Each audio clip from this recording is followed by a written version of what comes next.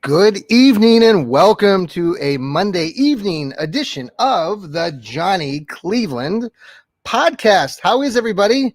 Welcome. If you're watching us Facebook and on Twitter, you can find us on at jclevelandpod on Facebook and on Twitter, as well as our Gmail is jclevelandpod@gmail.com. I would love your comments. You can send us an email. Good to see everybody. I am trying a new location in the home tonight. I'm back up in the loft and got my gear ready. Got the old. If you're watching out there, wanted to give a shout out to the guys that I had a chance. Well, I have had a chance to interview a lot of different people over the last couple of weeks. We haven't had a podcast for over a week now. Our last podcast was Sunday before the big Browns Kansas City Chiefs game a week ago, and we're going to get into that in a little bit. But the guys there out in Kansas, like many of you know, that I have had lived out there for many years, and the gang joined me on the podcast a week ago, and we had a great time. We plan on having another grand podcast with the whole crew: Chad, Bruce, Randy, Chris. Isaiah, maybe even Andrew might join us on that. Friends of mine from there, and many of them are big Chiefs fans. So we're going to have a Super Bowl sort of party, gathering, celebration on air prior to the big game Sunday. I think we're all going to try our hand at some different recipes and some fun times, and share those with the audience. So I did want to give a shout out, though, looking at these wonderful helmets back there. Thank you to Bruce and his lovely wife, Stacy. They got my latest Ohio State helmet. Very nice gift that they sent. So thank you again. And so we're up here in the loft. It's a little late on a Monday evening. So there are various people in the home that are sleeping or going to sleep. Getting close to 10 o'clock here in the Columbus, Ohio area. But it's good to have you here on the podcast. And, you know, we had a great opportunity last week to interview some great folks, and including that group of mine from Kansas. We also have an opportunity to write for a wonderful website called clevesporttalk.com.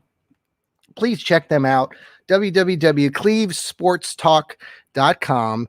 And they put together a great group of writers that write about a whole variety of things. Tonight, the big story in Cleveland is that LeBron James has come back to play the Cavaliers. And right now, it's about midway through the third quarter. The Cavaliers came out hot in the second half. So some of you might be watching our wonderful podcast.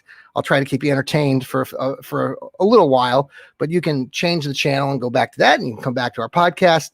Or you can just listen to the audio version of our podcast at a later date. We would love for you to listen to our podcast come to you from the Anchor app. I'm also on Spotify and on Apple. So would just love for you to pass along this wonderful podcast. We talk about all sorts of fun stuff and mostly Cleveland sports, but we try to keep you entertained with a lot of things that are going on in life. And I'm here for trying to entertain, and hopefully you have a smile on your face tonight, and you'll have a smile tomorrow. Tomorrow the sun will come up. It'll be Tuesday. Tonight still, though, is Monday. So let's dive into a little bit about what happened yesterday in the NFL. And we're going to have a Super Bowl with Tampa Bay Buccaneers going up against the KC Chiefs. Yes, Kansas City is back trying to defend their title and living out in Kansas. And no, I was not very pleased with we'll get into the Browns Kansas City game a week ago, but I will tell you, I will be rooting for Kansas City and the Chiefs. So if you are out there and you are watching, you're from one of my friends and buddies or family out there in Kansas, I would love a Kansas City Chiefs t-shirt to be sent to Johnny Cleveland Show. And we'll try to wear that prior to the Super Bowl. I know I'm a diehard. I'm a very loyal Cleveland Browns fan. But I did live in Kansas for 26 years, and the Chiefs are one of those teams that fortunately or unfortunately, always had to watch because that's where I lived. And before all the blow up in cable and everything, that's who you watch. You watch the Kansas City Chiefs when you lived out there, and the Kansas City Royals. And so anyhow, the Super Bowl in 2 weeks coming up in February, I think February 7th, will be the Tampa Bay Bucks against the Kansas City Chiefs. Tom Brady against Patrick Mahomes. The greatest of all time, Tom Brady, against the up-and-coming greatest of all time, Patrick Mahomes. Now, many of you who listened to me in the previous podcast or know me personally, I will tell you that I don't have a lot of great things to talk about when it comes to Tom Brady. Yes, I know Tom Brady's been around forever, and I believe this is he's won 6 Super Bowls. And, here's the thing. I heard the night before the game, they were analyzing who's better, Tom Brady or LeBron James. Now, come on.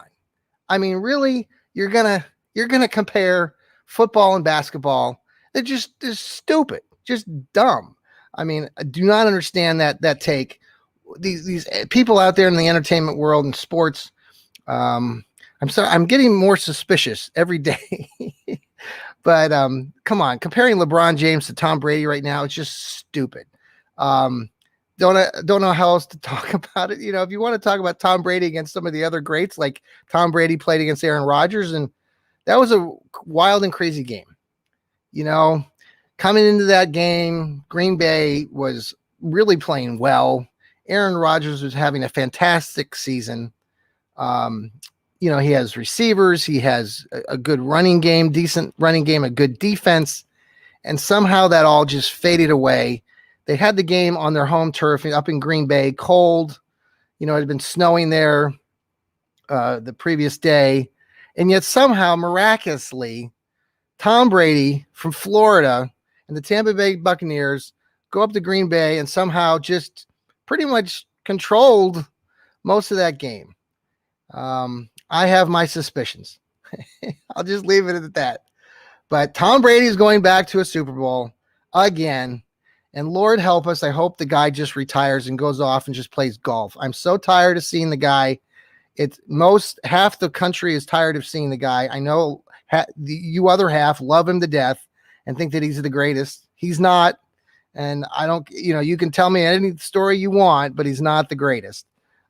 He has been the beneficiary of just good coaching and being in the right place at the right time. And I'll leave it at that. And, as far as the game, I'm not going to make a prediction on the game. We got 2 weeks to talk about the game. I will be pulling for the Kansas City Chiefs. The Chiefs are the defending world champions, and rightfully so. Patrick Mahomes is the best. Now, I can talk to you a little bit about Baker Mayfield, and we've got some things that we can talk about that in a moment. I love Baker Mayfield, and I'm on his bandwagon. I've been talking about Baker since September, even before the year started. Boom or bust. I wrote an article about that, I think back in probably May or June, and I did a couple podcasts about that. And certainly Baker Mayfield is on the boom. But anyway, so look forward to that. We'll see what happens with that game. The Chiefs played the Buffalo Bills. There's been a lot of talk in Cleveland about how, Cleveland could have played, better than Buffalo. And they did play better than Buffalo against Kansas City. There were some comparisons with, who's better, Baker Mayfield or Josh Allen. Josh Allen, certainly the Buffalo Bills did not look fantastic yesterday, but somehow miraculously they beat the Baltimore Ravens. And you go back a few weeks and you think about when the Browns played the Ravens in that high-powered 47-42 shootout in Cleveland on Monday Night Football back in December. It just baffles me now that then you go to have Baltimore go up to Buffalo 2 weeks ago and lose 17-3. They got 3 points. Yeah, I know Lamar Jackson knocked his head down and got a concussion in the third or fourth, going in the fourth quarter. For goodness sakes, Buffalo's good, but are they that good? And what happened to Baltimore's offense? So there's a lot of stuff out there that just gets me thinking, maybe too much. But so we'll have Tampa Bay against Kansas City. It'll be highly entertaining. A lot of build up for that game. Tom Brady against Patrick Mahomes should be a lot of fun. We'll have the guys on from Kansas, the big Chiefs fans there. Certainly, they'll have some good takes. Looking forward to hearing what they have to say. So we'll go from there. Now, I want to go back a little bit to the week before. Now, I write for CleveSportsTalk.com. Check us out. And had a chance to write a couple articles. Wrote a piece about my favorite moments of his past Browns season. What a great season. The Browns ended up with 12 wins. I put a poll out about your favorite moment in the Browns season, and we had over 600 people vote. Thank you so much for supporting that poll and supporting our podcast and tuning in. Really appreciate that. But it turned out, most people's favorites when it comes to that favorite moment for the Browns, obviously, was the playoff win in Pittsburgh. I mean, how much better could that have been? It was like a dream scenario for us Browns fans, going up 28-0 against the Steelers after we had just beaten the Steelers the week before, and everybody was, in Pittsburgh was pouting about, oh, well, we didn't have Big Ben. We didn't have this. We didn't have that. We'll be much better. No, it didn't really matter. The Browns, dominated that first quarter. So they end up winning that game. So, and then it takes us, the other favorite memory of mine moment was on my list, and when I wrote my article, was really the Chiefs game. And I know that we lost that game 22-17. And we never really had the lead. We were down early. But it comes to another article I wrote. I basically wrote it just to bring up the controversy. I mean, there's already controversy on this play, but when Rashard Higgins got hit by Daniel Sorensen, the kind of the dirty player from Kansas City, the Chiefs. He's had some other dirty plays where he's hit helmet to helmet on other players. The ball got jarred loose as Rashard Higgins, Hollywood Higgins, went out of bounds. But if you go back and you watch that play, there's been some discussion outside of the illegal hit that was never even called. And by the way, he was even not fined after the play. Surprisingly, not really surprisingly, the NFL did not fine Daniel Sorensen because they play favorites with the Kansas City Chiefs. So on that play, Higgins gets hit in the head, fumbles the ball short of the goal line, which forces the Browns to turn the ball over because it was a touchback. Ball, went through the back of the end zone, or the side of the end zone. But if you go back, and I would ask you, if you're watching this podcast or listening to the podcast, go back and watch that highlight a few times. Unfortunately, I've watched it too many times. And I've been baffled, and I wrote a little article for CleveSportsTalk.com, check it out, about this particular play. Because what interests me about this is that when he got hit from the left side on his head and on his arm. He was stretching Rashard Higgins for the pylon, or for the goal line. As he was getting hit, the ball, his left arm kind of ran underneath like it was forced, but then his right arm had the ball still in his wrist, in his hand. And if you watch it, and you watch it more than once, you notice that he kind of cocks the wrist, and the ball is actually forced back to the left with his right wrist. Now, was that just a reaction from the force of the hit? Where the hands and the arm are kind of just doing things, and maybe the hands thought that they were holding on the ball, and it forced the right wrist to look like that. But it looks, if you watch it, like he's got the wrist and he cocks the wrist and throws the ball back to the left. An interesting situation. So then the question is, why would he do that? The only thing I suggested in the article I wrote was that David Njoku, the tight end, was in the end zone. And when he was running toward the goal line, Higgins was, did he know that David Njoku was there? Did he throw it like forcefully that way to try to, create some sort of scenario? I don't know. It's an interesting clip. Watch it if you get an opportunity. But that was my last article. I'm not into a bunch of conspiracies here, but it is an interesting play. And take a look and let me know what you think. All right, so let's jump into a little bit about the Browns and this off season. The thing that's been baffling me, of course, once the season ends, then everybody under the sun decides to play this game of like, well, let's see what would happen if this happened or what happens to this. So the idea now that Baker Mayfield, who had a hell of a season, he had a boom season, folks, 30 touchdowns, only 9 interceptions, thousands of yards passing, had a hell of a season. You know it. I know it. All of you out there who are writing crap out there or saying stuff in social media world that want to get rid of Baker and try to bring in people like Deshaun Watson from the Houston Texans. What the heck are you doing?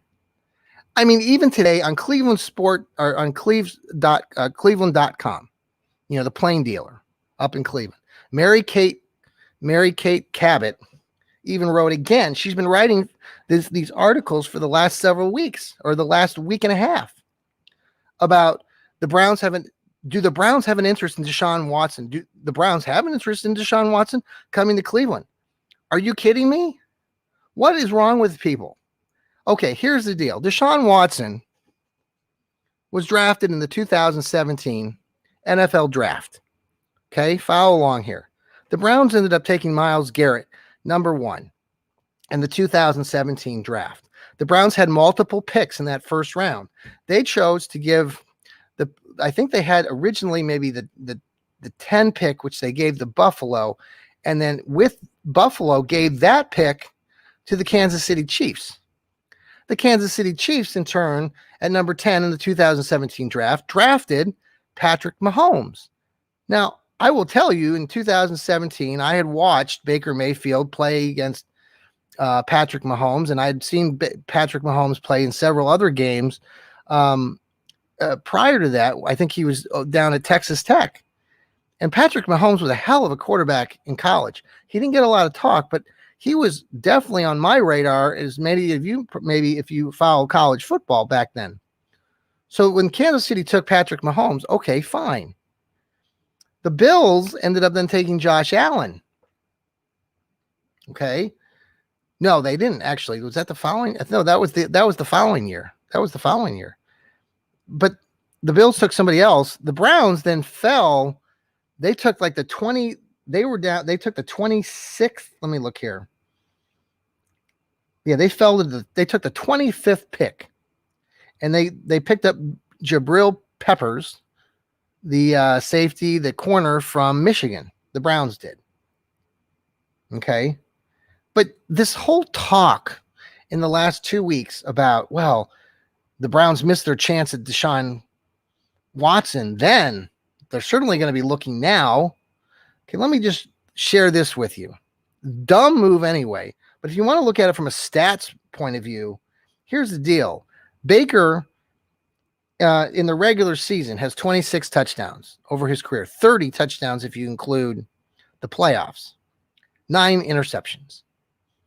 Deshaun Watson has 33 touchdowns over his 4-year career, not 3-year, 4-year career. He also, Baker has a 24-23 overall record, while Deshaun Watson has only a 28-25 record. And here's the kicker. Playoffs?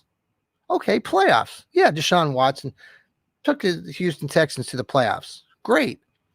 Didn't take him very far. Didn't get out of the wild card game one year. He's 1-2. Guess what, folks? Baker Mayfield is 1-1. So all of you stupid people out there who write crap out there to try to just create chaos for someone like Baker Mayfield, it's just dumb. Mary Kate Cabot is just stupid for going out there on Cleveland.com and posting this crap. And then people pick it up and then they run with it. And it's just dumb. It's insensitive and it's stupid. There's no, you want to write, stories, that's fine. But you do it for entertainment, fine. But if you don't like Baker Mayfield, and there are a lot of a lot of sports people up in Cleveland who don't get along with Baker. And certainly Baker Mayfield probably has a chip in his shoulder, and I've never met the guy. and maybe I wouldn't like him myself, but he's a hell of a quarterback. And he's been more consistent than any quarterback we've had in Cleveland forever. We've talked about this on previous podcasts. I'm not going to get into all that, but just dumb. Okay, the other trade, again, that people are always talking about is Odell Beckham Jr. Oh, we should trade him. And then I heard today, what was the trade rumor today? Was that we should trade him to the Jets, that he's going to be traded to the Jets. Why the hell would Odell Beckham Jr. agree to even go to the Jets? He's recovering. The whole thing is just stupid. Just, tone it down. I know you folks out there have to write stuff, but you're not making any sense. It's just ignorance on your part. And, I just hope for Baker Mayfield's sake, and I hope for the Cleveland Browns' sake and their team. I'm sure they don't listen to that crap, and I'm sure they're wherever they're at. Baker Mayfield's probably, taking his time off at the progressive, not progressive, First Energy Stadium. He has that stadium now that he lives in. So progressive commercials, right? Okay. So let's talk a little bit about the Browns and then the draft coming up. The Browns have a big draft coming up. Interestingly, the Browns don't draft. They have the 26th pick this year in the NFL draft. We have a lot of time to talk about it. It's going to be the last couple days of April into the first couple days of May, and it's happening here in Cleveland. Yes, Cleveland. I'm so excited it's here. I'm trying to figure out a way that I can get there with the Johnny Cleveland podcast and get some credentials. So if anybody wants to help with that, I would greatly appreciate it. But they have the draft, and I've heard all sorts of various things over the last few days about the Browns. The nice thing is the Browns, that's the thing. It's like the Browns, for the first time in ages, don't have to worry about drafting a quarterback. And yet I'm sorry, but these people go back and they're talking about Deshaun Watson coming to Cleveland. Oh, for God's sake, stop. So the draft is coming up April 29th to May 1st. I've heard various players that the Browns are interested in. I've had this discussion at Paul Brown, the great Cleveland Browns, the Englishman that I interviewed a few weeks ago before the big game. He asked me about, who do the Browns take? Should they take an edge rusher opposite of Myles Garrett? I had said something about a linebacker because we don't have speed on the defensive side of things. We're very slow. When I watched this play against Kansas City, that was tough to watch because Kansas City has really superior speed. And that was part of the reason why we lost that game. But I've heard different players. The Browns are looking at one guy that I've watched before is Xavier Collins out of Tulsa. Go watch some tape on this kid. He's massively huge and can run just amazingly and dominate. And I would love to see him drafted by the Browns as a linebacker. We obviously need help in the secondary. Safety, corners. We just need more speed, and I think the Browns will concentrate on that end of the ball. Offensively, I could see the Browns looking for a free agent as a wide receiver. I even heard, Perryman. We actually had him a couple years ago. Brandon Perryman, I believe his name is. He's a free agent. There's several other lower cost free agents that are wide receivers that could possibly come back here to Cleveland as a compliment to Odell and Jarvis Landry. Yeah, and there's even people out there talking about getting rid of Jarvis Landry. Now, I will admit, and I talked to some folks after the game when the Browns played the Chiefs. I was very annoyed when Baker threw that interception, but what made me more annoyed was how Jarvis Landry stood there, and he didn't maybe know that the defender from Kansas City was behind him, but then he didn't even make an attempt to try to tackle the guy afterwards. Just stood there like a frozen statue. Go back and watch the replay. And I know Landry is the glue. He's the emotional leader. There's that famous video of him a couple years back before Baker got there, and Landry came in first, and he was trying to shake up his fellow teammates, and it was a very vulgar sort of display. But he's a very emotional guy, but he certainly did not look that way. And quite honestly, I thought part of the reason the Browns weren't, I think, spectacular that day was that Jarvis Landry did not seem to me personally at all points of that game to be emotionally, mentally in the game. But for people to say that, Jarvis Landry should be gone or traded or whatnot, it's just ludicrous. Okay. Baker Mayfield, Jarvis Landry, and Odell Beckham, there's no need to trade them.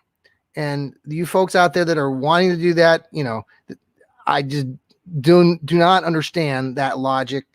If Odell Beckham does not recover, if Odell Beckham starts to complain or cry, which he hasn't, then that's different. You got to keep in mind, you got a great coach and a great coaching staff who the players have bought into and believe in, and they were that close to winning that game against the Kansas City Chiefs. And I'm going back to that game real quick again, I don't disagree with what the Browns did in trying to punt the ball away. It was a bad they had the ball for 3-4 minutes before they punted the ball away with about 4 minutes to go in that game. You got to trust your defense. And we, all year long, and you've heard this already on other podcasts and other shows, the Browns defense has been pretty pathetic outside of the idea that they rely on turnovers. And the Browns did not get any turnovers in that game. They got a whole bunch of turnovers against the Pittsburgh Steelers the week before, and I've talked about it. I've written stories on clevesporttalk.com about how they rely on that turnover, and Coach Stefanski and his team of coaches talked about that endlessly when they would talk to the media. And so that was a problem on the game on Sunday. And so they got, they couldn't get the ball back, and they was 3rd and 14, and they gave up practically a first down to the Chiefs' backup quarterback, which was just awful. But that's what happens. And so, we go into the next season, the Browns are going to be highly touted. They're going to have that pressure on them again, like they did 2 years ago. So how is that all going to play out? We'll see. Coach Stefanski now has a year under his belt. I'm sure he will learn, but I'm sure other coaches will learn more about Stefanski and the team's tendencies. So we'll see. It'll be interesting to see how the schedule plays out. I'm anxious to see if the Browns get some more Monday night games or Sunday night affairs. I think that's a real possibility. So looking forward to all of that. So we got 2 weeks until the Super Bowl coming up between the Tampa Bay Bucks and the Tom Brady over the hill, greatest of all time, not against the Kansas City Chiefs and Patrick Mahomes. And looking forward to that. Looking forward to having our crew back on, our group from Kansas. And they will certainly be able to give us some insight because they follow the Chiefs much more than some of us do here in the Buckeye State. But I'm glad to be able to bring the show to you again tonight. Again, you can reach us on Facebook and on, let's see here, on Twitter. I got our handle here. I'll just put this on the screen if you ever take a look here. We've got the @JClevelandPod on Facebook and on Twitter. Our email is @jclevelandpod@gmail.com.